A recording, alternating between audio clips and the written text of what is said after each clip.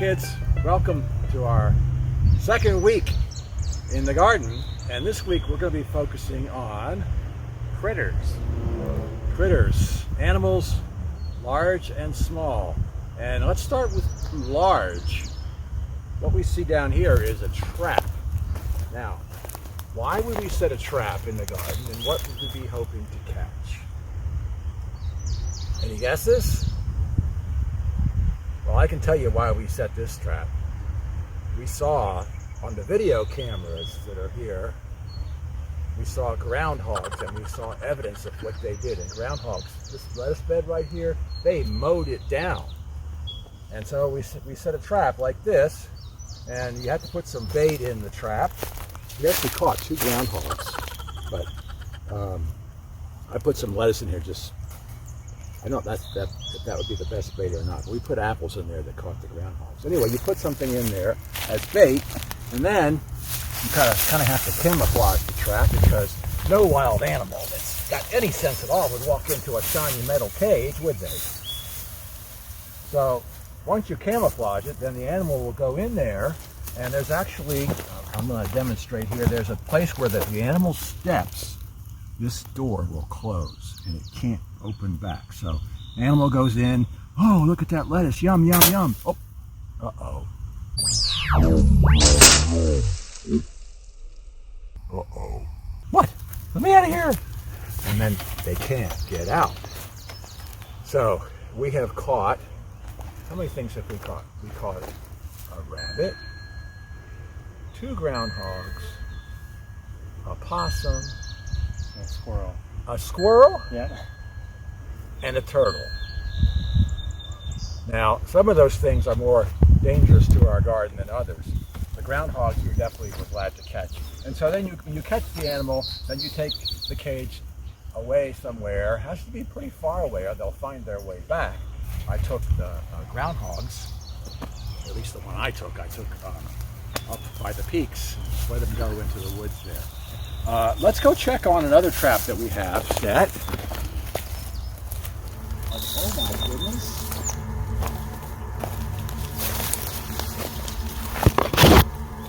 Hey there, fella.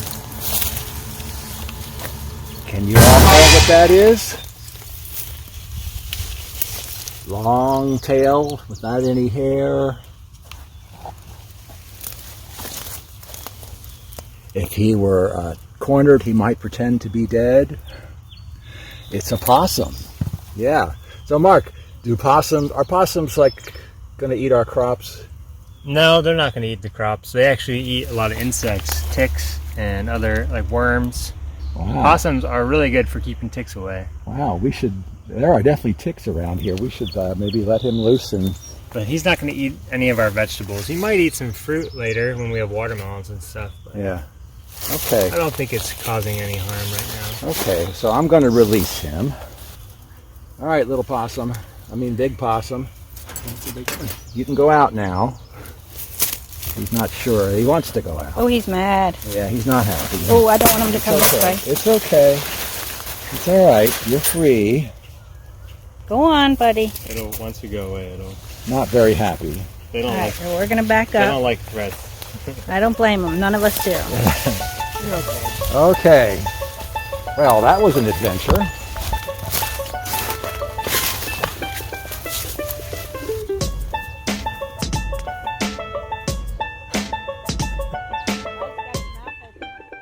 All right, so now we looked at some really big pests or potential pests. Now we have one that's really small. And if you look close at these eggplant leaves, you'll see there's all kinds of little holes in them.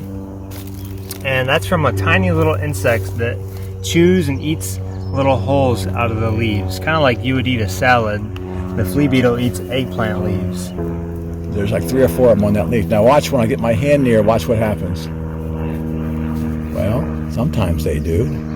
They jump like fleas. There, that one jumped. That's why they're called flea beetles. They love eggplant more than anything. But healthy plants in healthy soil can fend for themselves pretty well. And I think these eggplants are keeping ahead of the bugs. The new leaves look pretty good. And they're going to flower soon. And I hope that even with flea beetles, we're going to get eggplants so we can share a little bit. But there are some times when the sharing goes too far. I'm going to show you an example of that. Those of you who saw the video from last week about the lower garden, I wonder if you remember what plant this is. These are lima beans, and they're looking to climb up this fence here. And if you look at the leaves, they don't look so hot. Ooh, and look at that little critter right there. Oh, those yellow things. Yeah, we used to call them yellow fuzzies. But their name is Mexican bean beetle. And I guess they come from Mexico, or originally they did, but they certainly are at home in Virginia. Yeah, when they get like 3 or 4 on a leaf, it's really bad news for that poor leaf. And they're like little caterpillars here. And if you all know about the stages of insect development, they hatch and they are a caterpillar and they eat leaves for a while, and then they turn into something else. In this case, they will turn into a beetle. So there is a very cool parasitic wasp. Parasitic? You know that word? So a parasite is something that lives off of another living organism. Like, for example, a tick is a parasite, and they suck our blood, and that's how they live. So there are parasitic wasps the wasp will lay eggs in these little caterpillars, in the bean beetle caterpillars. They'll lay their eggs in there, and the eggs will hatch out, and the tiny little baby larva of the wasp will eat the insides of the caterpillar. So, sounds pretty gruesome, doesn't it? But it's a really good natural control of these critters. We don't have any of those wasps in our garden, sadly. This creature right here is another pest that we find in our garden called a squash bug. And if we could zoom in really close, we could see that on the tip of this bug's face, it's got a long straw looking thing. And what it does is it pokes that straw into the leaf and it sucks the sap from the leaf, and that's what it does. Eats sap from the squash plants. Oh, there's another pest. And that's a cucumber beetle. It is. And then we have here some eggs that the squash bug lays. And these are really hard. They're like, so you can't really squash them. You just gotta kind of rub them off. Like little marbles. And probably lay on the ground. They're not going to survive. That's a squash bug.